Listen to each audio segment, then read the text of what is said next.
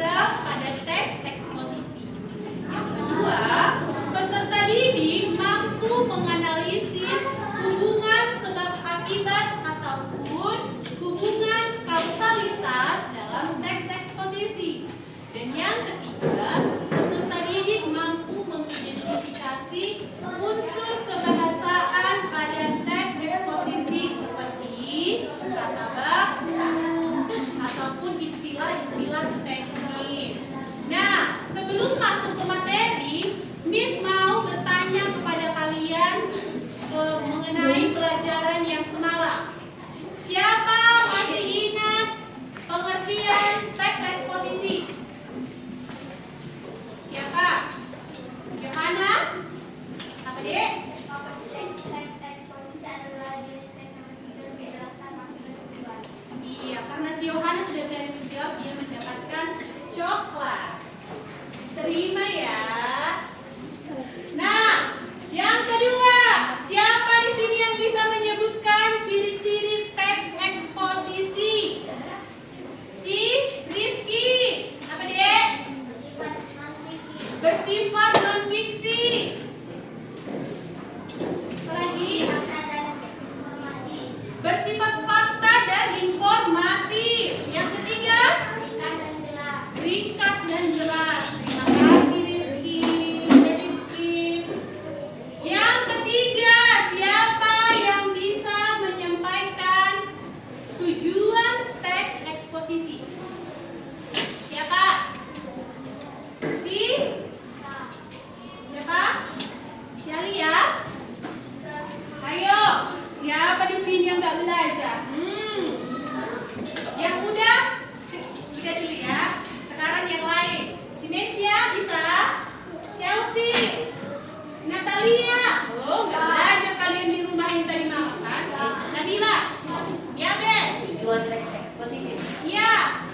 Bertujuan menjelaskan maksud dan tujuan. Iya, tujuan eksposisi itu bertujuan menjelaskan maksud dan tujuan. Teks eksposisi itu kan yang menjelaskan kan? Menyampaikan suatu informasi. Ini ya, Bes. Nah, siapa di sini lagi yang aktif bertanya? Sekarang kita masuk ke materi mengenai ide pokok. Dan semalam juga kalian sudah mengamati tentang video yang berjudul apa? Video yang kita tonton semalam. Penyebab dan dampak banjir. Dan dari video itu juga kalian sudah menulis isi dari video tersebut. Nah, sekarang ada dua tugas kalian.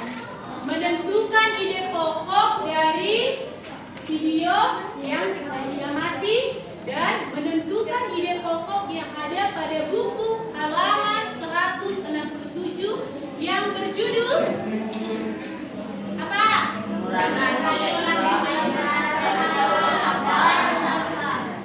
Apa, Kevin? Oke, good. Sekarang kita bagilah kelompok. Semalam kan ada beberapa yang tidak datang. Jadi sekarang kita bagi kelompok. Ini kelompok 1, kelompok 2. Oh, 5 orang ya. 1, 2, 3, 4, 5. 1, 2, 3, 4, 5. 1, 2, 3, 4, 5. 1, 2, 3, 4, 5. Oh, gak apa-apa. Nanti orang ini dipencar aja. Bentuklah mulai sekarang 5 orang dalam satu kelompok. Oke, nggak boleh ya. Yang pintar sama yang pintar, yang bodoh sama yang bodoh. Miss nggak mau. Harus bagi rata. Paham? Miss kasih waktu 2 menit membentuk kelompok. Nah, sudah terbentuk semua kelompoknya.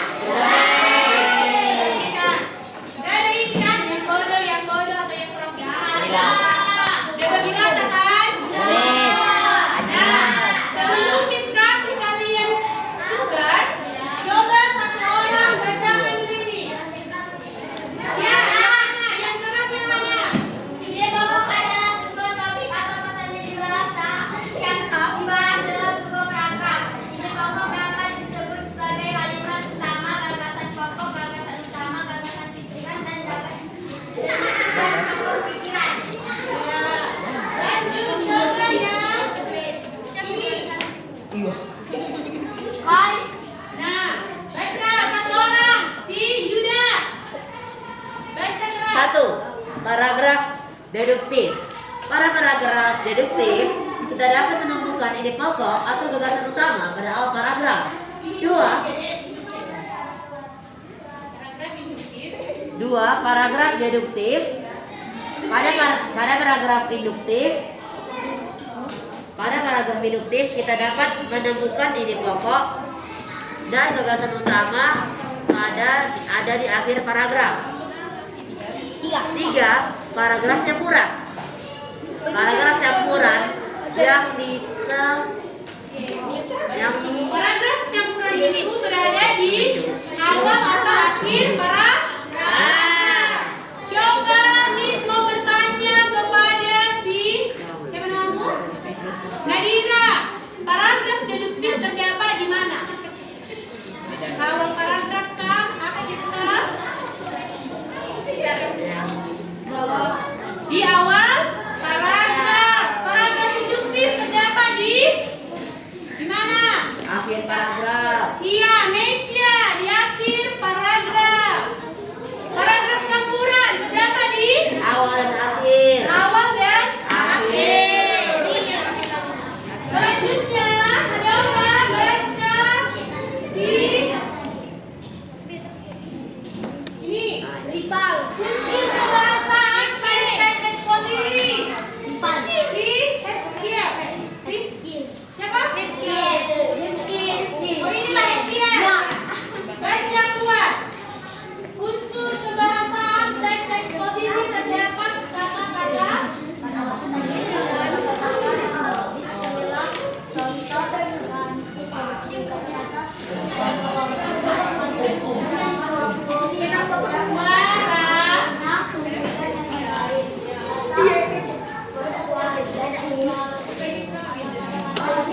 dan yang terakhir menggunakan kata-kata ketika. Nanti ketika. Perhatikan Miss. Di samping kamu yang siap-siap ketika. Oh Lia. Lia, apa tadi yang terdapat pada unsur kebahasaan? Terdapat kata-kata teknis. Yang kedua, menggunakan bahasa praktis. Kelompok 1 laki-laki. Apa unsur kebahasaan yang terdapat pada teks eksposisi? Kata-kata teknis. Terdapat kata-kata teknis. Lalu Terdapat kata-kata kronologis. terdapat kata-kata kronologis yang menyebabkan ketenangan waktu. Ada lagi, Nabila. Kalau Miss bicara di sini, kalian perhatikan. Jadi kalau Miss bertanya, bisa kalian jawab. Paham? Paham, Anis. Nah, di sini akan Miss kasih kalian lembar kerja kelompok dan individu ya. Perhatikan bukumu yang halaman 167 itu. Iya, beneran diisi ya. Diisi bagus-bagus, jangan hanya satu orang yang bekerja. Semua diskusi. Oke, mantap untuk kelompok.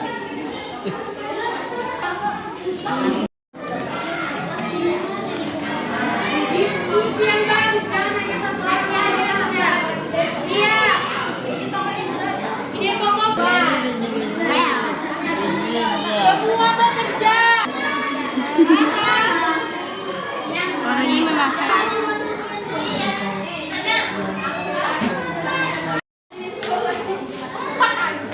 Hei.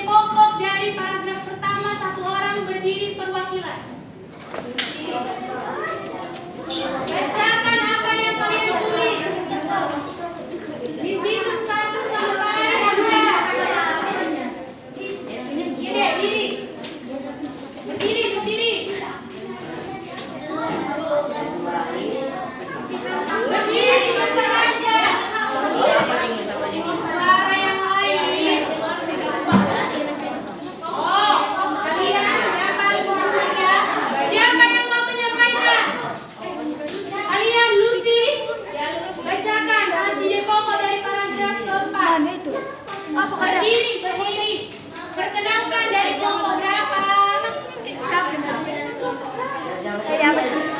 Dengarkan.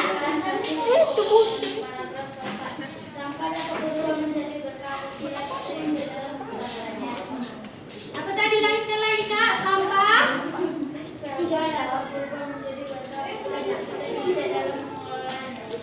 Oke, berikan tepuk tangan kepada kelompok keempat. Kelompok 2. Bacakan hasil diskusi kalian. Ide pokok yang kalian temukan di paragraf kedua. Berdiri.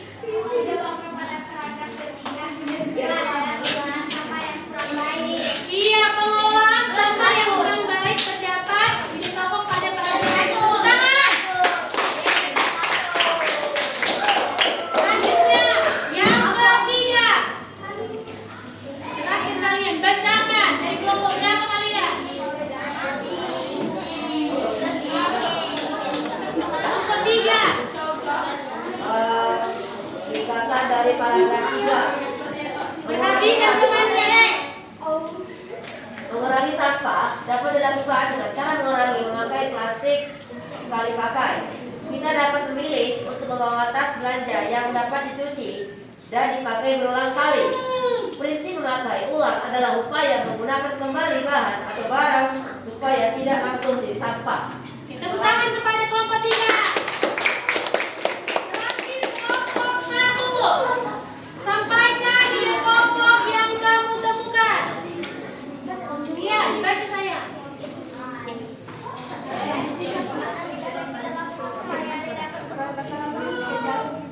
Apa? Bilang Kak. Iya, ide pokok pada paragraf pertama adalah aktivitas yang kita lakukan sehari-hari dapat menghasilkan sampah. Oke, lanjut yang kedua. Konjungsi yang kalian temukan pada teks tersebut, bacakan siapa yang sudah dapat. Konjungsi kalimat penghubung, kata penghubung. Siapa? Iya, kelompok 2 lagi. Perhatikan ya. Bacakan. Yang lain saja. Si Hestia atau si selain si mana? Suruh mereka yang lain, yang lain. Rizky.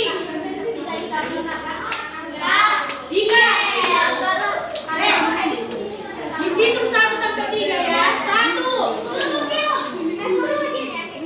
1. Loh. Bacakan.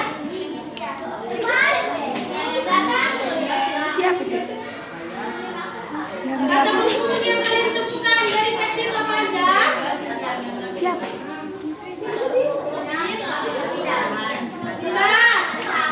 Tapi.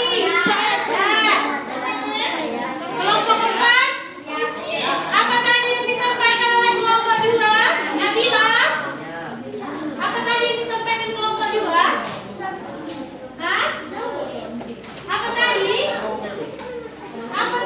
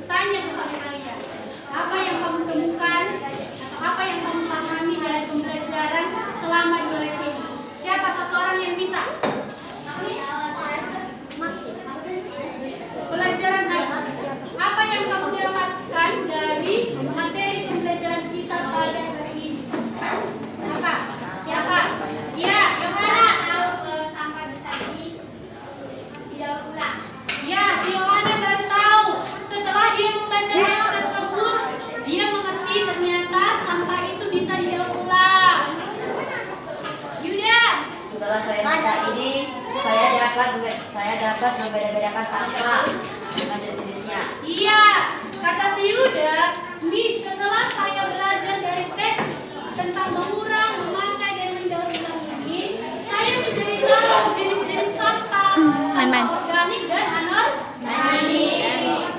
Si Rizky, Elifki, apa yang kamu dapat?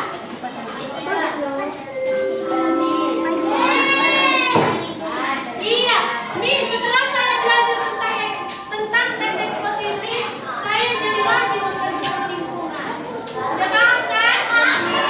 Nah, jadi pada pembelajaran hari ini kita sudah kita sudah paham bagaimana cara menentukan ide pokok dalam suatu paragraf. Yang tadi terdapat paragraf deduktif berada di awal. Paragraf induktif berada terdapat di akhir. Kalau campuran awal, akhir. Baru kalimat apa kata-kata konjungsi contohnya pada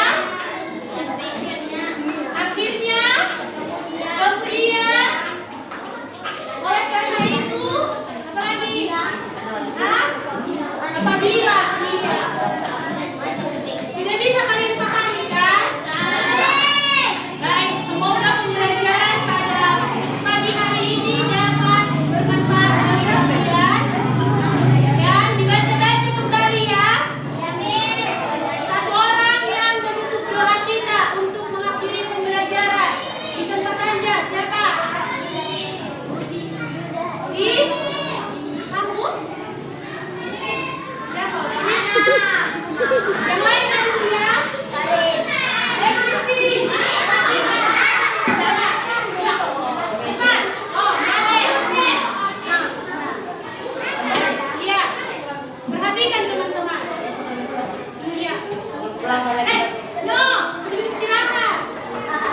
Perlu loh ibu. Sebelum istirahat, mari kita berdoa minta kepada kerjaan kita masing-masing. Berdoa dimulai.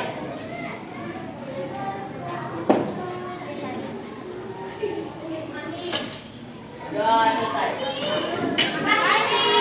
Oke, silakan istirahat.